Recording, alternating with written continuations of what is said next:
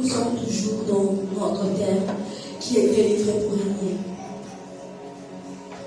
Le dimanche passé, nous avons parlé de délivrer pour régner. Nous avons pris pour verset de base Genèse 15, versets 13 à 14. On nous a parlé du peuple d'Israël. On nous a parlé du peuple d'Israël qui devait être en captivité. Du peuple d'Israël qui devait être en captivité pendant 400 ans.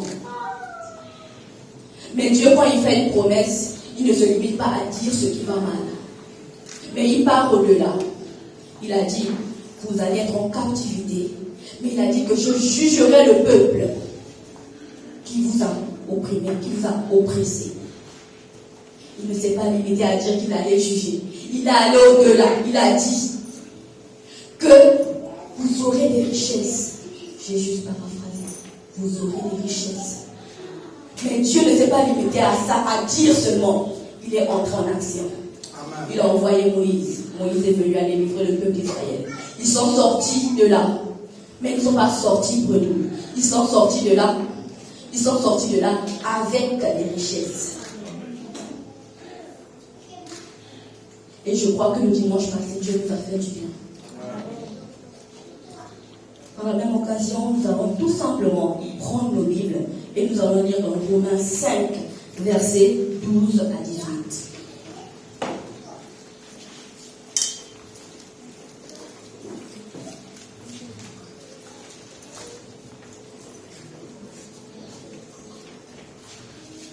Romains 5, versets 12 à 18. Romains chapitre 5, versets 12 à 18.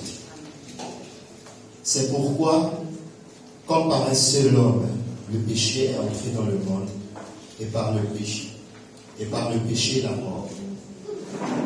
Et qu'ainsi la mort s'est étendue sur tous les hommes parce que tous ont péché. Car jusqu'à la loi, le péché était dans le monde.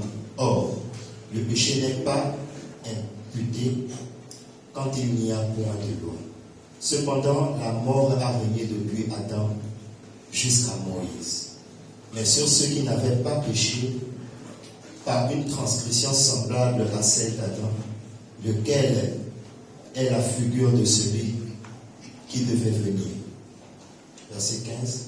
Mais il n'en est pas du don gratuit comme de l'offense. Car si par l'offense d'un seul, il en est beaucoup qui sont morts, à plus forte raison la grâce de Dieu et le don de la grâce venant d'un seul homme, Jésus-Christ, ont-ils été abondamment répandus sur beaucoup. Et il n'en est pas de don comme de ce qui est arrivé par un seul qui a péché. Car c'est après une seule offense que le jugement est devenu condamnation. Tandis que le don gratuit devient justification après plusieurs offenses.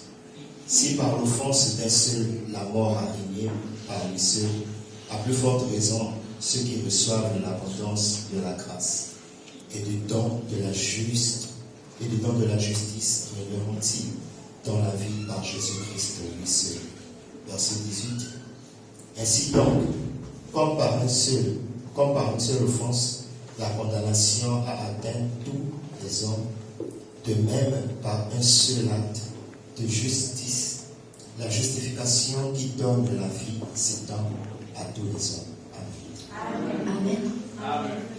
Amen. Je tiens déjà à bénir le Seigneur pour la grâce qu'il m'accorde encore de me tenir devant tous. Je remercie Papa Neige pour la confiance renouvelée. Je veux tout simplement bénir le Seigneur pour les leaders. Et aussi pour toutes les personnes qui sont là. Parce que si vous n'étiez pas là, il est sûr que je ne devais pas être là devant vous. Donc, qui croit que ce soir, Dieu va encore me faire du bien? Amen.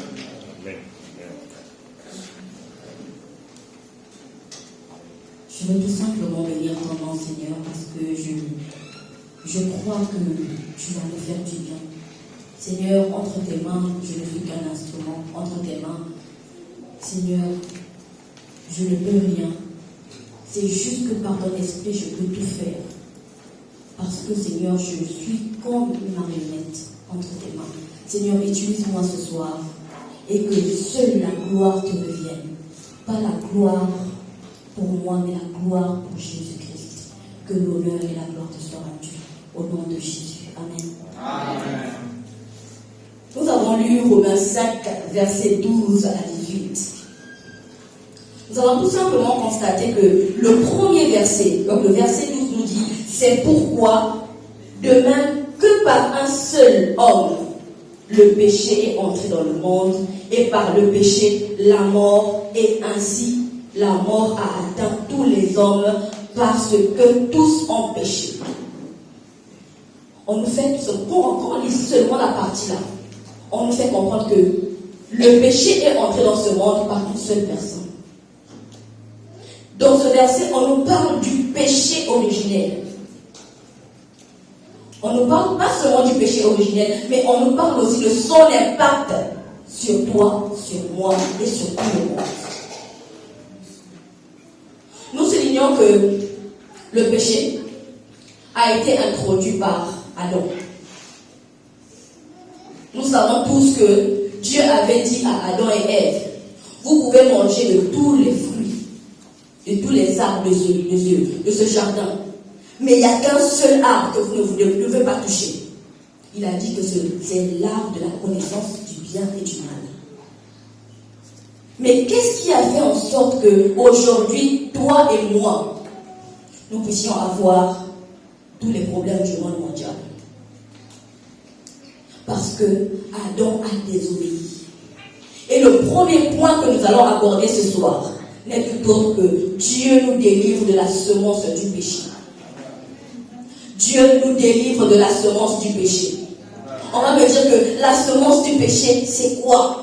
On va me dire que la semence du péché vient d'où? On nous a dit que par un seul homme, c'est rentré. Donc du péché, c'est passé à la mort. Regardons tout simplement. Si Dieu a demandé à Adam et Ève de ne pas manger et qu'ils ont mangé, dites-moi, quel est le problème là-dedans? Nous allons constater qu'il y a eu la désobéissance. Il y a eu la désobéissance.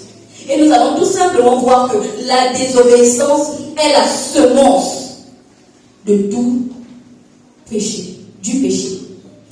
La désobéissance est la racine du péché. Parce que si Adam et Ève n'avaient pas désobéi, soyons sûrs qu'aujourd'hui, là, on ne devait pas connaître c'est quoi le péché.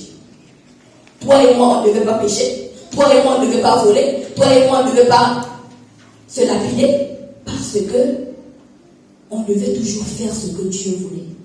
Mais toi et moi, étant donné que nous sommes dans l'humanité, il y a eu le péché d'Adam et Ève qui pèse sur nous. Ça pèse, surtout ça pèse sur moi. On ne dit pas seulement qu'il y a le péché. Mais qu'est-ce qui suit le péché? La mort. Il y a le péché et il y a la mort qui en suit.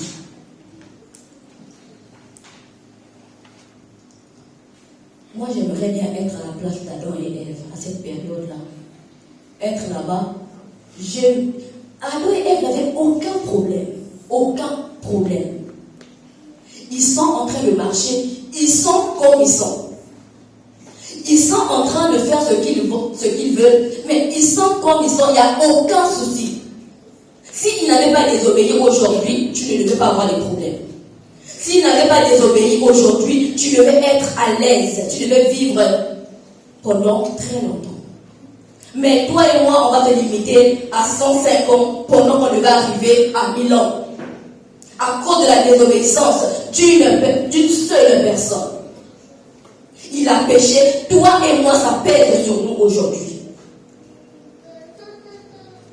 On nous parle de la semence du péché. Après la semence du péché, il y a la mort. La mort est présentée par quoi? La mort, en fait, c'est quoi? La mort, c'est tout autre que la conséquence de ce péché-là. On a l'habitude de dire, le salaire du péché, c'est la mort. Tu pêches, ce qui veut dire que la mort, tu vas la connaître. La mort n'est pas forcément une mort physique. La mort touche tous les plans de nos vies. Tu peux être là debout, mais tu es mort depuis quand?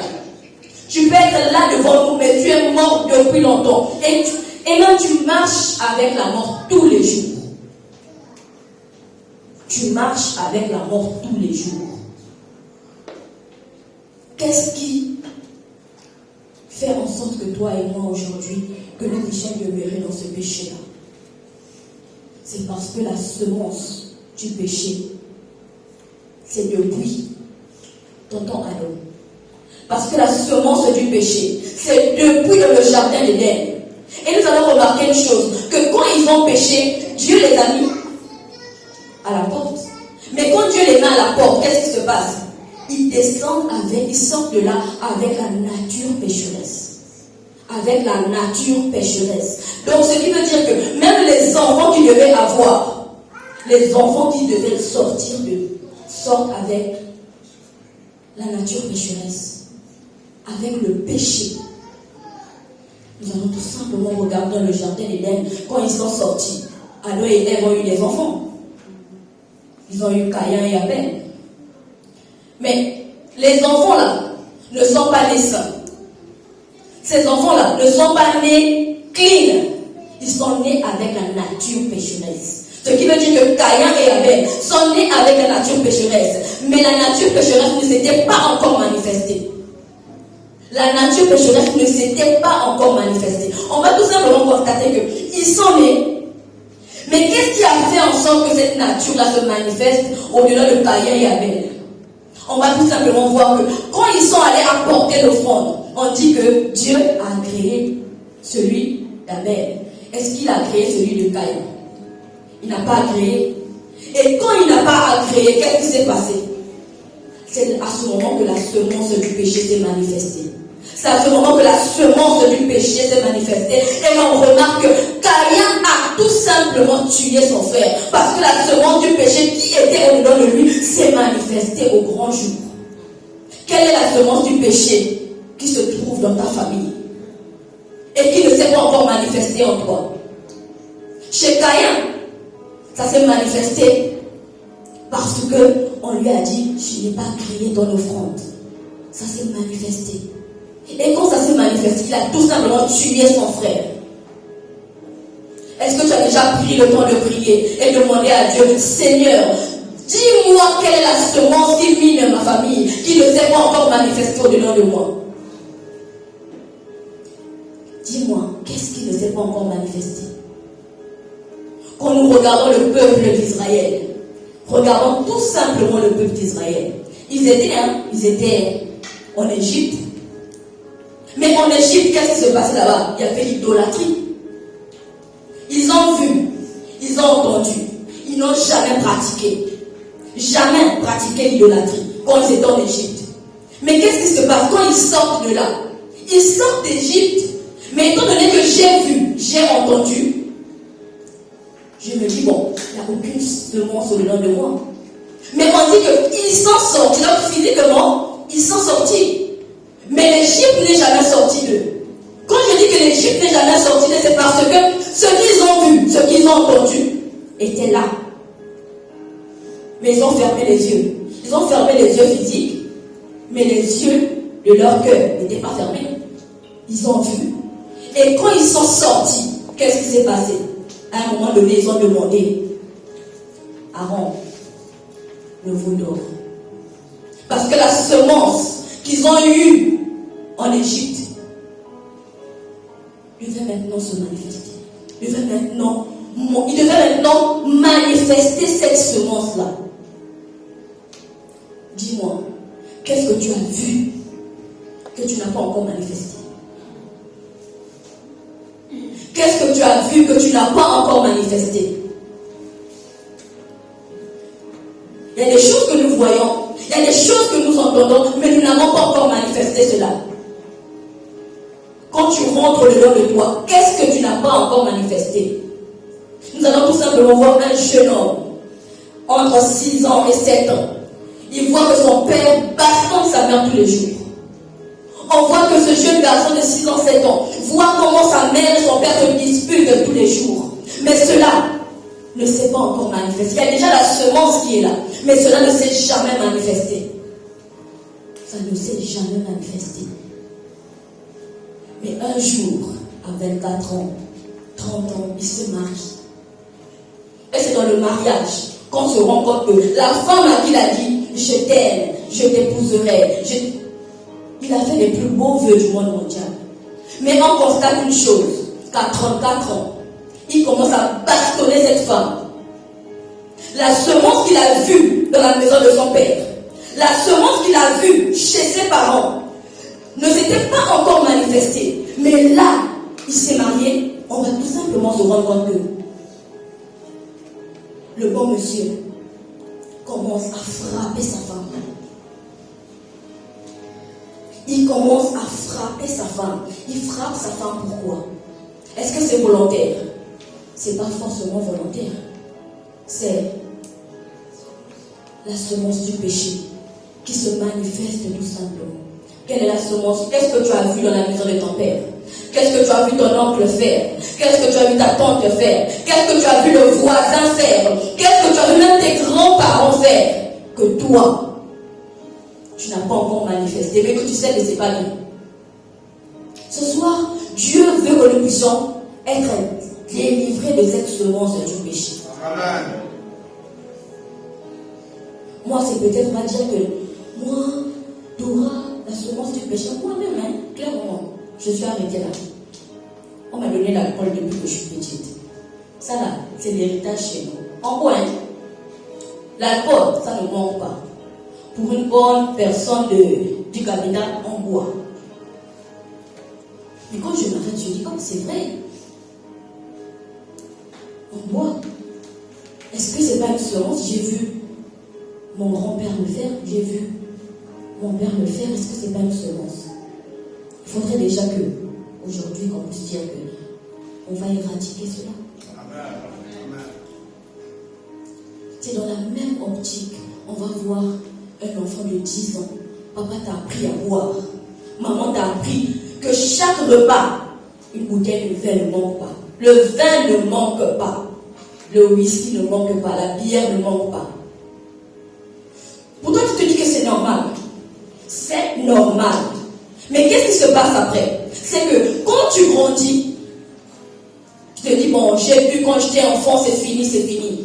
Mais quand tu entres dans une période difficile pour toi, dans une période où tu te dis que je n'ai que l'échec, c'est là où la semence du péché, l'alcool que tu ne buvais plus là, pendant une période, c'est à ce moment-là, pendant que tout est chaotique au devant de toi, que tu commences à cuver, tu commences à boire, tu te retrouves dans les bars. C'est qu'on voyait qui était calme là, mais on te retrouve dans les bars, on te retrouve dans les boîtes de nuit. Pourquoi? Parce que c'est maintenant que la semence du péché commence à se manifester au-dedans de toi. C'est maintenant. Tu vas encore te reposer la question. Me reposer la question. Quelle est la semence que tu as vue? C'est comme aujourd'hui, on va dire que nous sommes chrétiens. Tu es chrétien, oui. Mais est-ce que tu n'as pas vu un de tes parents prier? Parfois, si tu as vu un de tes parents prier, ce n'est pas toujours dans le mauvais sens. Là même, on va essayer d'arranger. C'est vrai qu'on parle de la semence du péché. Même quand on regarde un peu dans les bonnes choses, il y a aussi une semence. Tu as vu tes parents prier. Aujourd'hui, si on voit Tata Déora arrêter de prier, on va se dire qu'il y a un problème. Elle est dans une famille où l'autel est là. Il y a l'autel de Dieu qui est là. Si on voit que Tata Déora ne part plus prier, on sait que là il y a un problème. Mais même dans les choses de Dieu, il y a une semence. Et la bonne semence, c'est qui emmène tout le monde à chercher Dieu. Mais dis-moi, ce soir, quelle est la semence que tu as vue dans ta maison? Je reviens sur ça. Est-ce que tu as vu ton père bastonner ta mère? Est-ce que tu as vu ton père insulter ta mère? Est-ce que tu as vu ton père faire ce qui est mal à ta mère? Tu te dis, c'est le passé. Mais tu ne te rends pas compte que cette semence-là est encore là. Cette semence-là est là. On va essayer de comprendre. On a l'habitude de suivre les films. On a l'habitude de suivre les films. Les films qu'on a l'habitude de suivre, soit c'est la bagarre, soit il y a beaucoup de bisous, soit il y a ceci, soit il y a cela. Quand on regarde Naruto, il y a beaucoup d'importations qui se font là-dedans. Mais toi, tu te dis que je regarde juste. Mais il y a une semence dans ça. Tu vas être là en train de regarder Naruto. Il te fait le multiclonage. Tu te dis, bon, ce n'est rien, ce n'est qu'un dessin animé. Mais la semence est là. Si tu n'es pas accroché à Dieu, tu vas te rendre compte que tu vas aller chercher les livres qui parlent de magie, d'incantation et autres. On a l'habitude de regarder certains films où on se fait beaucoup de bisous. Tu dors, tu te réveilles, tu as rêvé que tu as fait des bisous. Parce que la semence est là. Quand on dit papa, tu vois à la télé là-bas que le premier film, on fait Zizi Pompon. Deuxième film, on fait Zizi Pompon. Troisième film, tu vas te rendre compte parfois dans le rêve, tu fais Zizi Pompon. Et tu es même le champion dans ça. Parce que la semence est entrée par les films. Le diable passe beaucoup par les films pour pouvoir nous initier dans certaines choses. Nous allons tout simplement dire à Dieu ce soir que je veux être délivré de toute semence du péché. Comment Dieu nous retire de la semence, nous retire la semence du péché dans nos vies? Nous allons lire Romains 6, verset 22. Romains 6, verset 22. Romains chapitre 6, le verset 22. Mais maintenant, étant affranchis du péché et devenus esclaves de Dieu, vous avez pour fruit la sainteté et pour fin la vie éternelle. Amen. Amen. On nous dit, mais maintenant, étant affranchis du péché. Mais là, quand on parle, on nous dit affranchis du péché. Là, il s'agit tout simplement de la semence du péché. Étant affranchis de la semence du péché, on devient esclave de Dieu. Attendons un peu. Posons-nous un peu la question. Quand Christ est allé à la croix, c'est pas tout le péché qui est parti déposer là-bas. Mais quand il va déposer ça là-bas, quand il va mourir avec là, c'est pas pour que toi et moi, que nous puissions l'accepter et que nous puissions le servir. Quand tu sers Dieu, tu deviens tout simplement esclave de Dieu. On va voir qu'ici il y a beaucoup de talibés. Les talibés, on dit qu'ils sont des disciples, hein, des élèves. Mais ils sont élèves, oui, mais ils sont esclaves. Parce qu'à n'importe quel moment, leur maître allait dire fais ceci, fais cela. C'est comme Dieu. Il nous délivre de la semence du péché. Mais il nous dit, maintenant que je t'ai délivré de la semence du péché, maintenant, tu deviens mon esclave. Tu deviens mon serviteur. Tu deviens mon ami, mon héritier.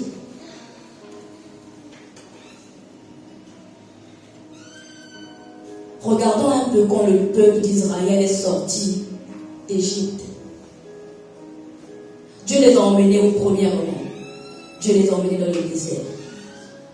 Il faudrait que nous puissions savoir, pour que Dieu puisse nous libérer de la semence du péché, le premier endroit où il nous emmène, c'est dans le désert.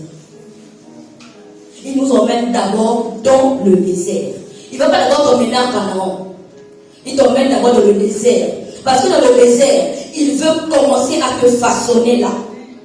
Quand on va regarder dans le peuple, quand ils sont partis dans le désert, il y a eu, Moïse a dit, moi je m'en vais prier. Mais eux ils ont dit, nous on veut. Nous on veut un Dieu. Et nous allons tout simplement remarquer que c'est dans le désert. Nous allons tout simplement remarquer que c'est dans le désert que Dieu a commencé à faire comme une sélection. Maintenant, dites-moi, quand tu restes calme, emmené dans le désert. Tu peux croire que le désert, là, c'est parce que tu passes par des situations difficiles. C'est pas parfois ça. Parfois, Dieu veut d'abord t'éduquer. Il veut t'éduquer parce que la désobéissance est notre allié. Dieu veut d'abord nous éduquer, nous corriger correctement avant de nous emmener dans le désert. Dieu va t'écraser, te piétiner, tu seras la patte à mon donné de Dieu. Parce qu'il va d'abord vouloir te donner une forme. Après, il t'envoie dans le désert pour que tu puisses encore être éprouvé. Après ça, il va t'envoyer dans la terre promise. Ma prière pour nous ce soir, c'est tout simplement que Dieu nous délivre de toute semence de péché. Amen.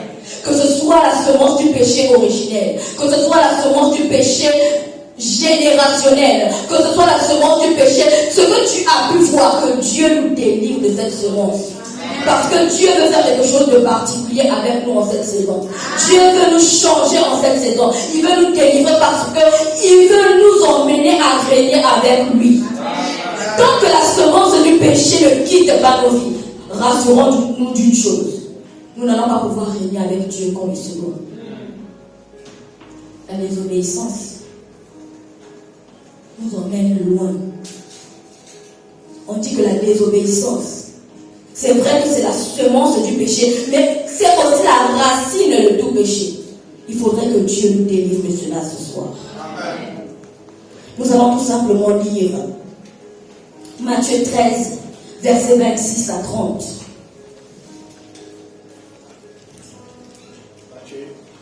Matthieu chapitre 13, versets 26 à 30. Lorsque l'herbe eut poussé et donné du fruit, l'ivraie parut aussi.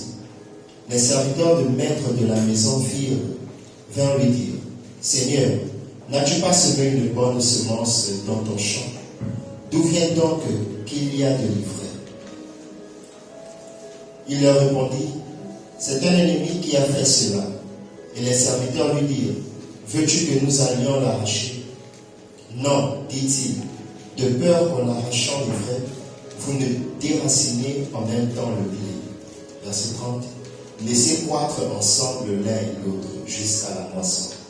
Et à l'époque de la moisson, je dirai au moissonneur, arrachez d'abord l'ivraie et liez-la en gerbe pour la brûler, mais amassez le blé dans mon grenier. Amen. Amen. Quand nous regardons ce verset, vous pensez à quoi? On nous parle de l'ivraie et du blé. Est-ce que l'ivraie, là, c'est Dieu qui a planté ça? Est-ce que c'est le propriétaire du champ qui a planté? C'est pas le propriétaire du champ. C'est l'ennemi qui est venu planter ça. Il est venu planter. Mais maintenant, Dieu à son niveau, est-ce qu'il va vouloir que les deux puissent marcher, les deux puissent avancer ensemble? On va dire que le propriétaire dit, ça n'a qu'à avancer ensemble. Après, à la fin, on va séparer et on va brûler. Ce soir, au travers de ce verset, Dieu veut tout simplement nous faire comprendre que l'ivraie qui a été planté dans ce champ-là, ce n'est pas lui qui l'a planté. C'est l'ennemi qui l'a planté. Parce qu'il voulait tout simplement semer quelque chose autre que ce que Dieu voulait semer au-dedans de nous. Dieu a semé quelque chose de bien. Quand on regarde avant que le péché n'entre, comment eux ils étaient dans le jardin d'Éden, ils étaient à l'aise. Mais il fallait que le diable, l'ennemi, vienne et sème quelque chose. Quand il a sémé, c'est pourquoi il y a eu tous ces problèmes. Il y a eu tout ce chaos. C'est pourquoi Matthieu 15, verset 13 nous dit, il répondit, toute plante qui n'a pas été plantée par mon Père Céleste sera déracinée. De là où tu es, on va faire un simple exercice. On va se tenir debout. Nous sommes là pour prier, nous sommes là pour écouter la parole. Mais de là où tu es, tu sais ce qui peut peut-être miner ta vie. Tu sais ce qui mine ta vie. Tu sais quelle est la semence que tes aïeux ont eu à semer, ont eu à faire. La semence qui est au dedans de toi. Tu sais, ça peut être la désobéissance, ça peut être le mensonge, ça peut être la polygamie, ça peut être ceci, ça peut être cela. Il y a trop de choses. Qu'est-ce que tu as vu tes parents faire? Qu'est-ce que tu as vu ton voisin faire? Qu'est-ce qu'on t'avait dit que tes aïeux ont eu à faire? De là où tu es, tu vas tout simplement commencer à prier et tu vas demander à Dieu que ce soir, que toute semence contraire à ce que Dieu a voulu s'aimer dans ta vie soit éradiquée ce soir. De là où tu es, tu vas commencer à prier et tu vas désirer le changement ce soir. Et levons nos voix et prions. Notre Père et notre Dieu, tu es là pour Dieu. Tu n'as pas besoin qu'on te dise de prier, Saint-Esprit de Dieu, ce soir je prie et je déclare, Seigneur, que toute semence de l'ennemi dans ma vie, ma pauvre Jésus-Christ de Nazareth, toute semence, que ce soit la semence, Père éternel des armées, de la désobéissance, que ce soit la semence de l'ivrognerie dans ma vie, que ce soit la semence, Père éternel des armées, Seigneur, de toutes ces choses qui peuvent me disqualifier, je prie et je déclare que ce soir, que cela change pas, que cela soit ôté au nom de Jésus. Je prie au Père mon Dieu, que ce soir encore, que quelque chose se passe, que quelque chose se passe. Je ne suis pas là, Père éternel des armées, pour revivre les mêmes choses.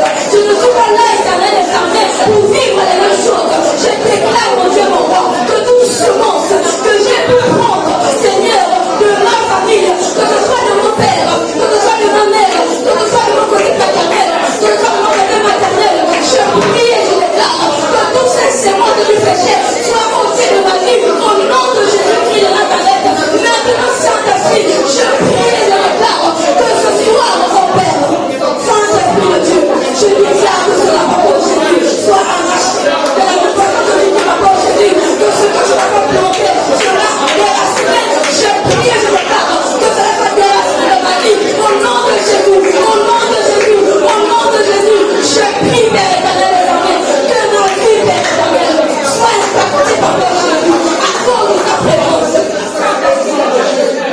Oh Jésus,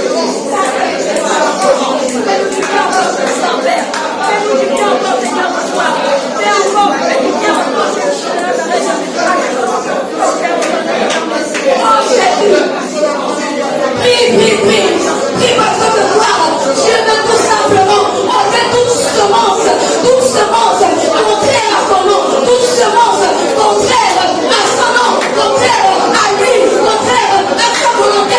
C'est pourquoi tu dois prier afin que Dieu te délivre ce soir, afin que Dieu te délivre ce soir, afin que Dieu te délivre ce soir. Ne reste pas calme, examine-toi, examine ta famille, examine ta famille, examine et cherche la délivrance ce soir. Saint-Esprit de Dieu, Saint-Esprit de Dieu, Saint-Esprit de Dieu, Saint-Esprit de Dieu, nous crions à toi comme le peuple d'Israël a crié à toi, le peuple d'Israël a crié à toi. Seigneur, tu as entendu et tu as agi. Saint-Esprit, ils ont entendu les cris de ton peuple. Seigneur, ce soir, Éphèse crie à toi. Seigneur, ce soir, mon frère crie à toi. Seigneur, ce soir, ma sœur crie à toi pour avoir la délivrance, pour avoir la délivrance, pour avoir la délivrance. Saint-Esprit, nous avons besoin de toi. Saint-Esprit,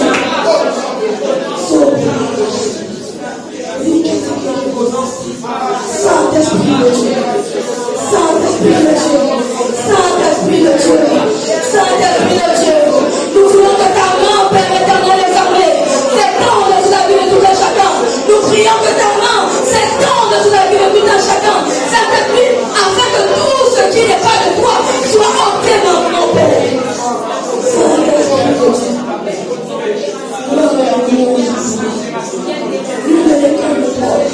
Nous te faisons confiance encore ce soir. Nous te faisons confiance, Seigneur, ce soir. Nous te faisons confiance, Seigneur, ce soir. Que l'honneur et la gloire te soient rendus. Au nom de Jésus-Christ de Nazareth. Amen. Prenons grâce.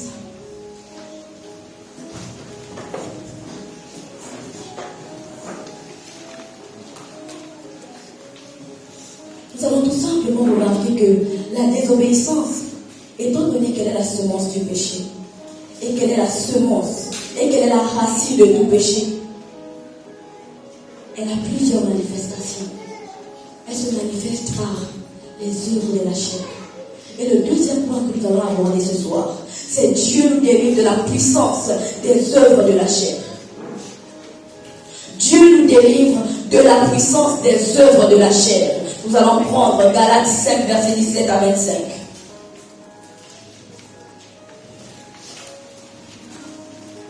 Galates 5, 17 à 25. Galates chapitre 5, versets 17 à 25. Car la chair a des désirs contraires à ceux de l'esprit, et l'esprit en a des contraires à ceux de la chair. Ils sont opposés contre eux, afin que vous ne fassiez point ce que vous voudrez. Si vous êtes conduits par l'esprit, vous n'êtes point sous la loi. Or, les œuvres de la chair sont manifestes. Ce sont l'impudicité, l'impureté, la dissolution, l'idolâtrie, la magie, les inimitiés, les querelles, les jalousies, les animosités, les disputes, les divisions, les sectes, l'envie, l'ivrognerie, les excès de table et les choses semblables. Je vous dis d'avance, comme je l'ai déjà dit, que ceux qui commettent de telles choses n'hériteront point le royaume de Dieu. Mais le fruit de l'esprit, c'est l'amour, la joie, la paix, la patience, la bonté, la bénignité, la fidélité, la douceur, la tempérance. La loi n'est pas contre ces choses. Ceux qui sont à Jésus-Christ ont crucifié la chair avec ses passions et ses désirs. Si nous vivons par l'Esprit, marchons aussi par l'Esprit. Ne cherchons pas une vaine gloire et en nous provoquant les uns les autres, en nous portant envie les uns les autres. Amen. Amen. Amen. Quand nous lisons ce verset, on nous parle de notre chair. On ne parle pas de la chair du voisin. On nous parle de ta propre chair. Ma propre chair. Il faudrait que nous puissions savoir que la chair est l'usine du péché. La chair est l'usine du péché. Parce qu'au travers de notre chair, on fait tous les péchés qu'on a cités là. La chair est l'usine du péché. Et nous allons tout simplement regarder, en tant qu'enfant de Dieu, la chair est l'ennemi majeur de notre foi. La chair nous empêche de plaire à Dieu comme il se doit. La chair nous empêche de faire la volonté de Dieu comme il se doit. La chair nous donne d'être esclaves du péché. La chair nous donne d'être esclaves du péché. Mais ce soir, est-ce que tu veux demeurer esclave du péché? Est-ce que ce soir, tu veux que la chair continue à te garder la posture d'esclave de toute semence de péché? Est-ce que tu veux rester dans cette optique-là ce soir? Mais je crois que ce soir, Dieu veut tout simplement nous sortir de là. Amen. La chair, qu'est-ce que la chair produit? La chair produit le péché. La chair produit la mort. Parce que ta chair te fait pécher. Et quand ta chair te fait pécher, ça t'entraîne vers la mort. Bon, ne regardez pas seulement la mort comme la mort, tu meurs en train de le cercueil, tu es parti. Ça touche tous les plans de nos vies. La mort touche tous les plans de nos vies. Nous allons tout simplement lire Jean 8, verset 34.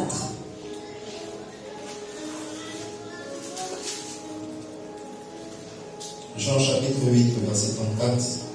En vérité, je vous le dis. Leur répliqua Jésus.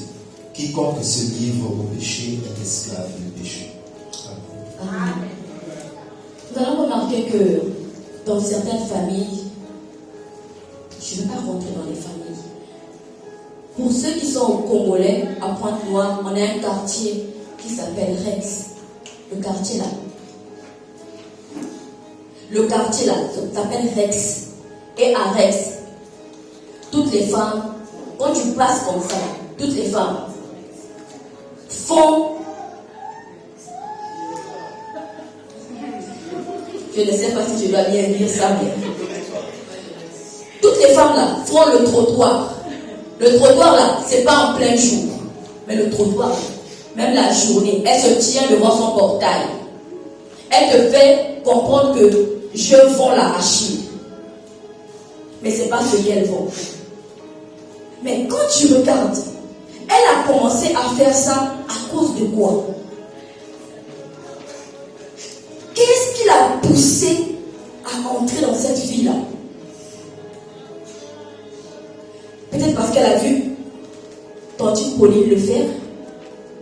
Tantine Pauline qui fait rentrer Paul le matin, qui fait rentrer Jacques à 16h, qui fait rentrer Valentin à 19h, jusqu'au lendemain matin. Mais elle vit juste en face, elle voit ce qui se passe. Elle se dit que c'est une belle vie. Elle se dit qu'à 16h j'ai quelqu'un, à midi j'ai quelqu'un. Mais dans ça, on voit que ça nous rend esclaves. Elle se dit peut-être que c'est une belle vie, mais après elle se rend compte que la chair la rend tout simplement esclave. Elle est maintenant esclave de la prostitution. Elle est tout simplement devenue esclave de la prostitution parce que sa chair, elle a commencé une fois, elle s'est dit que bon, c'est bon, je ne fais plus. Mais la chair, tu as déjà pris goût, la chair réclame. Pour une personne qui est là tout le temps, je vais mettre Kenaya là. Je prends ses habits, je lave. Je pars à la corde. Elle récupère les habits de Kenaya. Une fois. Maman Joy prend. Elle met encore les habits de Kenaya propres, jolis. Deuxième fois, elle prend. Troisième fois, elle prend. Mais le jour qu'elle va vouloir dire je ne fais plus, elle sera tentée. Dès qu'elle va voir si Sarah qui a donné une belle robe là-bas, elle part pour prendre. La personne va partir prendre. Parce que sa chair le réclame déjà. Parce que sa chair dit je veux. Cette robe-là, je veux. Cette tenue-là, je veux. La chair nous pousse à faire des choses contraires à ce que Dieu veut. Qu'est-ce que la chair te pousse à faire? Qu'est-ce que la chair te pousse à faire? La chair nous rend esclaves. Nous rend esclaves du péché. Ta chair peut te rendre esclave du péché. On a cité plusieurs péchés ici. Quand tu t'examines toi-même, quand je m'examine moi-même, quel est le péché là qu'on a cité, qui fait zoom, zoom, zoom, zoom, zoom dans mon cœur? Quand tu essaies de lire ça, tu vas te dire que je ne fais pas. Mais c'est parfois Dieu dans les petits temps de prière qui va te dire que, mais regarde le péché là, tu le fais. Mais parfois consciemment, tu te dis je ne le fais pas. Mais quand Dieu te met les faits devant toi, tu te rends compte que mais ma chair m'a trempé. Ma chair me pousse à être esclave de ce péché. Ma chair me pousse à être esclave de la masturbation, de la pornographie. Ma chair me pousse à être esclave du mensonge. Ma chair me pousse à être esclave de la désobéissance. Ma chair me pousse à être esclave de ceci et de cela. Mais c'est quoi quand tu t'examines toi-même? La chair te rend esclave de quoi? Parce que je crois que ce soir, Dieu veut tout simplement ôter cela et changer toutes choses. Quand on a commencé ce culte, la sœur a dit, il s'est présenté à Abraham comment? Il est tout puissant. Et le Dieu tout-puissant a la capacité de changer toute situation. Le Dieu tout-puissant a la capacité de te délivrer. Le Dieu tout-puissant a la capacité d'ôter tout péché qui prônait sur ta vie. Le Dieu tout-puissant a la capacité d'enlever ce qui te maintenait captif. Et je crois que ce soir, c'est ce qu'il veut faire avec toi et moi. Amen. Il y a beaucoup de cas qui peuvent être là. Comme au départ, j'ai parlé de l'enfant qui était exposé à l'alcool. C'est la même chose avec la chair. Il va se dire, je prends pour goûter. Du jour au lendemain, la personne qui prenait un verre se retrouve dans plus d'un verre, se retrouve dans un casier, se retrouve, on va dire, dans un fût. Parce que c'est lui qu'on ramène chez lui à la maison, dans une brouette. On est obligé de venir rappeler ses enfants pour dire qu'on a trouvé ton père dans la buvette et il se retrouve dans le caniveau. Parce que sa chair prône, je veux. Il faudrait que ce soir, que toi seul que tu puisses désirer le changement. Il faudrait que ce soir, que toi seul que tu puisses désirer être délivré. Quelle est la soif de ta délivrance, de ce que tu veux voir avec Dieu? Quelle est la soif? On se dit peut-être, Seigneur, délivre-moi des maris de nuit, des femmes de nuit. C'est pas seulement ça, c'est pas seulement à ce niveau. La délivrance n'est pas seulement dans le spirituel, même dans le physique. Il y a la délivrance. Est-ce que tu veux réellement cette délivrance ce soir? Parce que je crois que Dieu va nous faire du bien. Amen. Quand nous lisons Galates 5, verset 24, la parole de Dieu dit: ceux qui sont à Jésus-Christ ont crucifié la chair avec ses passions et ses désirs. Comment Dieu nous délivre de la chair? Quand nous regardons le sacrifice de Dieu, de Christ, quand nous regardons le sacrifice de Christ, il est allé à la croix pour que tout ce qui pesait sur toi soit là-bas. Il a tout cloué à la croix pour que toi et moi, nous puissions être délivrés. Pour que toi et moi, nous puissions être libres. Mais ça ne se limite pas seulement à Christ. Christ a fait sa part. Mais est-ce que toi, tous les jours que Dieu fait, est-ce que moi, tous les jours que Dieu fait, je mène ma vie à clouer tous les péchés à la croix? Dieu a fait sa part. Dieu a fait sa part. Il faudrait que Dieu aussi puisse voir ta volonté pour qu'il puisse aussi dire: d'accord, là c'est bon, je te délivre. Tu ne vas pas demander la délivrance à Dieu aujourd'hui et demain. On est encore de ça. Tu ne vas pas dire à Dieu: Seigneur, délivre-moi de telle situation. Mais demain, tu es encore dedans. Qu'est-ce que tu attends pour, à ton tour, crucifier toutes ces choses-là? Dieu nous donne cette grâce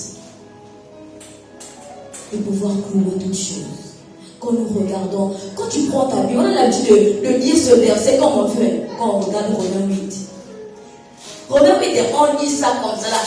C'est ça, madame, si tu as fait Romains 8, à partir du premier verset, la soeur va commencer à dire: il n'y a maintenant plus aucune condamnation pour ceux qui sont en Christ. Oui, il n'y a plus de condamnation. Est-ce que ça là, ce verset-là, tu t'es dit: bon, ce verset-là, c'est pour moi. Moi-même, je dis: Seigneur, tu as dit, il n'y a plus aucune condamnation pour ceux qui sont en Christ. Est-ce que moi, je me suis approprié ce verset? Est-ce que j'ai dit: Seigneur, tu as dit, maintenant que cela soit manifeste dans ma vie? Est-ce que je l'ai dit? Est-ce que je l'ai fait? On a toujours tendance à citer des versets que nous-mêmes ne vivons pas. On va dire: l'Esprit du Seigneur est sur moi. Mais est-ce que l'Esprit du Seigneur est sur toi quand il se voit? Tu cites les versets: Seigneur, que 1000 tombe à mon côté, 10 000 à ma droite, mais c'est toi qui vis dans la désobéissance, qui vis dans tout ce que Galate a dit. Si Dieu descendait aujourd'hui là, je vous assure que Dieu va t'allonger tout un chacun selon le nombre de péchés qu'il fait. Dieu va nous tallocher tout un chacun selon les péchés qu'il fait. Si Dieu descend aujourd'hui, à cause de ce que nous faisons, à cause de notre façon de marcher, à cause de notre façon de nous tenir, je suis sûre d'une chose, que Dieu va nous faire ça dur. Dieu est bon. Dieu est bon. Mais il veut aussi que nous puissions faire notre part. Il a fait sa part, il est venu. Il a tout subi pour toi. Il a tout subi pour moi. Il est parti à la croix. Il a été frappé. Il a été crucifié. Il a vécu le calvaire à la croix. Il ne s'est pas plaint. Parce qu'il voulait que toi et moi, nous puissions être délivrés. Mais est-ce que toi, tu as décidé de faire ta part? Je crois qu'il serait temps que toi et moi, nous puissions faire notre part. Parce que Dieu veut que nous puissions régner avec lui. Mais pour que nous puissions régner avec lui, il faudrait d'abord que nous puissions être libérés du péché. Il faudrait que nous puissions être libérés de l'esclavage. Et il faudrait que nous puissions être libérés de la mort. C'est cela la véritable délivrance. Il y a peut-être plusieurs choses. Peut-être qu'on s'attendait à dire qu'on va être délivré des possessions. On va être délivré des oppressions. Oui. Mais ces deux choses-là pèsent sur nous. Ces deux choses-là pèsent réellement sur nous. La semence du péché et la chair. Qu'est-ce que la chair te pousse à faire? Qu'est-ce que la chair te pousse à faire? Qu'est-ce que la semence du péché t'emmène à vivre? Il y a plusieurs personnes, tu vas voir, tu as commencé quelque chose, paf, ça ne marche pas. Parce que tes ancêtres ont décidé, il y avait un qui avait décidé que moi je vais vendre tous les petits-fils et je serai riche. Il a semé quelque chose. Il a semé quelque chose. Et en semant, toi tu subis. Est-ce que tu as dit un jour à Dieu, révèle-moi les choses pour que je puisse voir et que je puisse me lever pour prier contre cela? On ne va pas se limiter au péché originel de ce que Adam a fait. Mais nos parents, nos aïeux ont fait des choses. Est-ce que tu as prié pour ça? Ta chair te pousse à faire des choses. Ta chair t'emmène tout le temps dans ce que Dieu ne veut pas. Ta chair t'emmène tout le temps dans ce qui ne plaît pas à Dieu. Et ça t'écarte de ce que Dieu veut faire avec toi. Qu'est-ce que ta chair te pousse à faire? Il est temps que nous puissions nous examiner. Il est temps que nous puissions réellement sortir de cet esclavage. Il faudrait vraiment que nous puissions désirer la délivrance. Parce que Dieu a décidé que ce soir, il veut faire quelque chose de bien avec nous. Nous allons prendre notre dernier verset et nous allons nous lever pour la prière. La parole de Dieu dit dans Ésaïe 10, verset 27, « En ce jour, son fardeau sera ôté de dessus de ton épaule, et son joug de dessus de ton cou, et la graisse fera éclater le joug. » On dit que le joug sera ôté. On dit que le joug sera ôté. Quel est le joug qui pèse sur toi? Quel est le joug qui pèse sur toi depuis ta naissance? Quel est le joug qui pèse sur toi depuis que tu as décidé de donner ta vie à Christ? Quel est le joug qui pèse sur toi depuis que tu as dit, bon, là c'est bon, je me consacre à Dieu? Dieu est bon, mais il faudrait que vous et moi, que nous puissions nous mettre en face de Dieu et dire à Dieu, c'est vrai, il y a ça, il y a ça, il y a ça, je vais être délivré. Mais il faudrait d'abord que tu puisses commencer par là aussi. Dieu va te dire que, Laura, tu manges trop d'excès de table. Tu vas dire à Dieu, non, moi je prends que les gâteaux, les sucreries. Mais même dans ça, la chair reclame. De là où tu es, tu vas tout simplement te tenir debout. Tu vas tout simplement te tenir debout. Et tu vas commencer à prier. Tu vas commencer à prier. Tu vas commencer à dire à Dieu. Tu nous as parlé ce soir parce que tu as quelque chose de particulier à faire. Tu vas dire, Seigneur, je suis venu en ces lieux et je veux un changement. Je veux un changement. Je veux un changement. Amen. Nous allons pouvoir prier contre l'esprit qui manipule les semences du péché et la poussée du péché en toi. Vous savez, souvent tu es là, tu n'as pas envie d'agir. Il y a une esprit extérieure qui vient et qui te manipule, qui te pousse à faire ce que tu ne veux pas que tu fasses, ou qui te pousse à manifester la semence du péché en toi. Tu vas dire, tu vas parler à notre esprit. Ce sont les esprits des eaux, l'esprit des forêts, l'esprit des vents, je ne sais pas, l'esprit de la terre. l'esprit du Sénégal. Vous savez, il y a des esprits au Sénégal. Souvent, tu n'es pas polémique. Tu n'aimes pas les parlables. Parce que tu dois se taire. Ça pousse, en fait, l'esprit qui domine cette terre vient chercher la semence en toi, la semence du péché. Et puis te pousse à agir contre la volonté de Dieu, contre la parole de Dieu. Lève-toi dans le nom de Jésus. Père, ce soir, nous voulons voir à toi et nous voulons prier. Nous voulons l'autorité dans le nom de Jésus. Priez pour mon esprit, mon Père, qui se lève, qui s'est levé, papa, pour venir manipuler la semence de la chair en nous, la semence du péché en nous. Père, donne-la de cela, cet esprit dans les eaux, dans cette nation, qui sont levés, pour ne pas manipuler par le moyen de la semence du péché originel qui est en nous. Ça veut dire que le péché a été enfermé dans la chair. Le péché a été enfermé dans la chair. Je viens prier comme tout esprit mon Père qui se lève ou qui se lèvera pour pousser ma chair à faire ce qu'elle ne doit pas faire, à dire ce qu'elle ne doit pas dire, à commettre ce qu'elle ne doit pas commettre. Dans le nom de Jésus, je m'insulte et je m'oppose à ces esprits. Je vous chasse. Importe le lieu où vous m'attendez, importe l'heure à laquelle vous m'attendez, importe les pièges, je viens de déprogrammer, les ordres d'Isaïe de Christ. Je donne les ordres qui seront sans effet. Importe les ordres que ces esprits ont reçus, je les rate et les là, dans le nom de Jésus, qui sont sans effet. Importe mon Père, les projets, je les rate et les là, qui sont anéantis. Tout projet préparé contre ma vie, préparé contre ma destinée, tout mon péché, ne rentre dans mon Canaan. J'arrête cela dans le nom de Jésus, dans le nom puissant de Jésus. Amen. Amen. Mais ils étaient à Goshen. Goshen, quand les plaies frappaient l'Égypte, il n'était pas touché à Goshen. Goshen était épargné de toutes les plaies qu'il y avait en Égypte. Mais ils étaient toujours dans la servitude. Tu vas prier, tu vas dire Seigneur, je sors de Goshen et je rentre dans mon Canaan. Tu peux être en paix, tu dis non, moi je suis en paix, il y a la maladie, le Covid, toi tu n'es pas touché. Et tu es en Égypte, Goshen c'est en Égypte.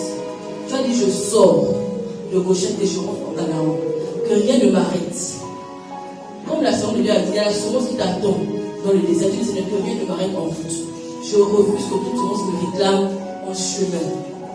Ils ont passé 40 ans parce que Dieu voulait juger.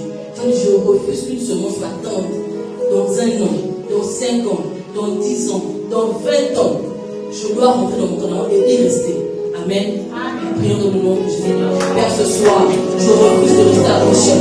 Même si je suis à l'aise à Goshen, parce que je ne subis pas les plaies qui frappent l'Égypte. Je sors de Goshen. Je sors de Goshen. Je sors de Goshen. Et je décide que j'arriverai à Canaan par ta grâce. Que rien ne m'arrêtera. Aucun esprit ne va m'arrêter en route. Aucun esprit va me manipuler pour aller adorer un voleur. Aucun esprit va me pousser à regretter l'Égypte. Je refuse de regretter les enfants d'Égypte. Je refuse de regretter les journées d'Égypte. Je refuse de regretter au Père l'esclavage. Parce qu'il y a beaucoup d'autres qui se sentent à l'aise à Goshen. Je refuse de mon Dieu m'envoie que cet esprit me manipule pour regretter l'Égypte. Je sors de Goshen et je rentre à Canaan.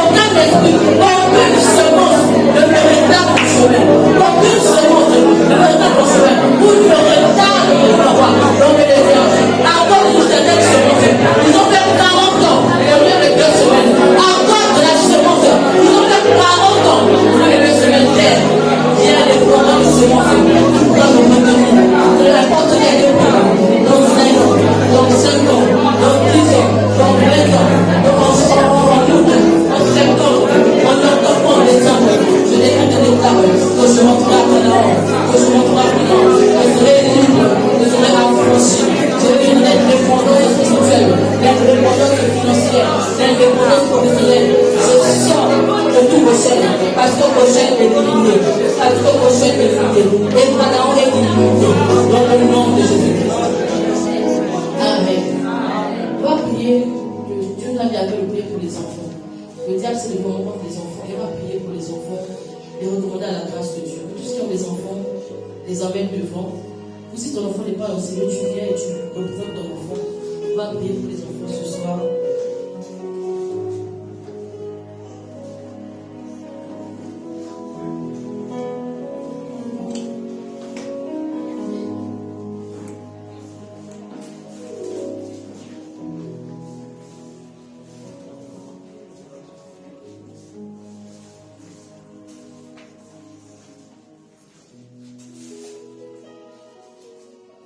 Quand il veut détruire quelque chose, il va à la racine. Et il veut détruire cette nouvelle génération.